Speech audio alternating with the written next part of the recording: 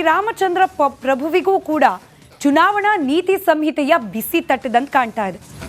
ಶ್ರೀರಾಮಚಂದ್ರನ ಫೋಟೋವನ್ನ ಪಾಲಿಕೆ ಮುಚ್ಚಿ ಎಡವಟ್ಟು ಮಾಡಿಕೊಳ್ತಾ ಅನ್ನೋ ಅನುಮಾನಕ್ಕೆ ಕಾರಣವಾಗ್ತಾ ಇದೆ ಪಾಲಿಕೆಯ ನಿರ್ಧಾರ.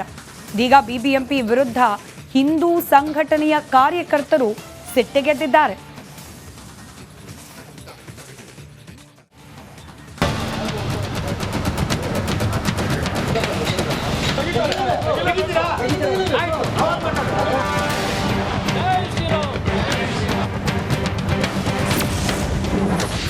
ಶ್ರೀರಾಮನ ಫೋಟೋಗೂ ಅಡ್ಡಿಯಾಗುತ್ತಾ ನೀತಿ ಸಂಹಿತೆ? ಕೇಸರಿ ಧ್ವಜಸ್ತಂಭದಲ್ಲಿದ್ದ ರಾಮನ ಫೋಟೋ ಮುಚ್ಚಿದ ಪಾಲಿಕೆ. ಲೋಕಸಭಾ ಚುನಾವಣೆ ಹೊತ್ತಲ್ಲೇ ಮತ್ತೆ ಧ್ವಜ ದಂಗಲ್ ಶುರುವಾಗಿದೆ. ರಾಜಾಜಿನಗರದ ಮಂಜುನಾಥ್ ನಗರದಲ್ಲಿ ನೀತಿ ಸಂಹಿತೆ ಹಿನ್ನೆಲೆ ಭಗವಧ್ವಜದ ಕಟ್ಟೆಗೆ ಇದ್ದ ಶ್ರೀರಾಮನ ಫೋಟೋ ಕೆಳಭಾಗದಲ್ಲಿ ಸ್ಥಳೀಯ ಶಾಸಕರ ಹೆಸರು, ಮುಖಂಡರ ಹೆಸರಿತ್ತು. ಇದನ್ನ ಮುಚ್ಚುವ ಭರದಲ್ಲಿ ಶ್ರೀರಾಮನ ಫೋಟೋವನ್ನ ಬಿಬಿಎಂಪಿ ಅಧಿಕಾರಿಗಳು ಮುಚ್ಚಿದ್ದಾರೆ.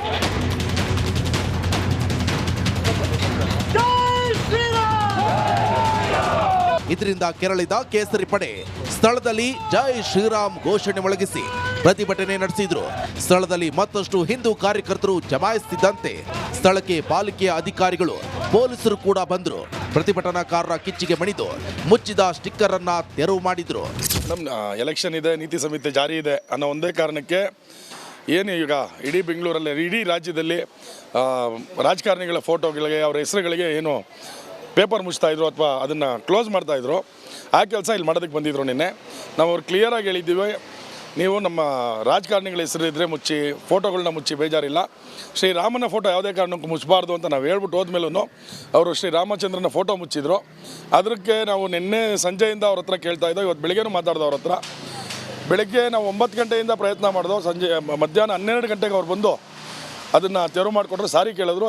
ಕೇಸರಿ ಸೇನೆಯ ಭಗವಧ್ವಜಕ್ಕೆ ಶ್ರೀರಾಮನ ಫೋಟೋ ಹಾಗೂ ಅದರ ಕೆಳಭಾಗದಲ್ಲಿ ಸ್ಥಳೀಯ ಶಾಸಕರ ಹೆಸರು, ಸಂಘಟನೆ ನಾಯಕರ ಹೆಸರನ್ನ ಹಾಕಿದ್ರು. ಇದನ್ನ ಮುಚ್ಚುವ ಬದಲಿಗೆ ಶ್ರೀರಾಮನ ಫೋಟೋವನ್ನ ಮುಚ್ಚಿದ್ರು. ಚುನಾವಣಾ ಅಧಿಕಾರಿಗಳ ಸೂಚನೆ ಮೇರೆಗೆ ಸ್ಥಳೀಯ ಪಾಲಿಕೆ ಇಂಜಿನಿಯರ್ ಶ್ರೀರಾಮನ ಫೋಟೋಗೂ ಸ್ಟಿಕ್ಕರ್ ಹಾಕಿದ್ರು. ಕೆಲಕಾಲ ಪಾಲಿಕೆಯ ಅಧಿಕಾರಿಯ ಜೊತೆ ವಾಗ್ವಾದ ನಡೆಯಿತು.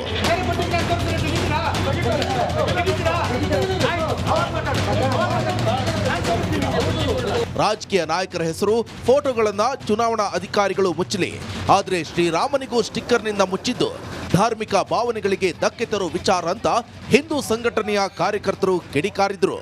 ಸವಿತಾ ರಾಮಚಂದ್ರ, ರಿಪಬ್ಲಿಕ್ ಕನ್ನಡ, ಬೆಂಗಳೂರು.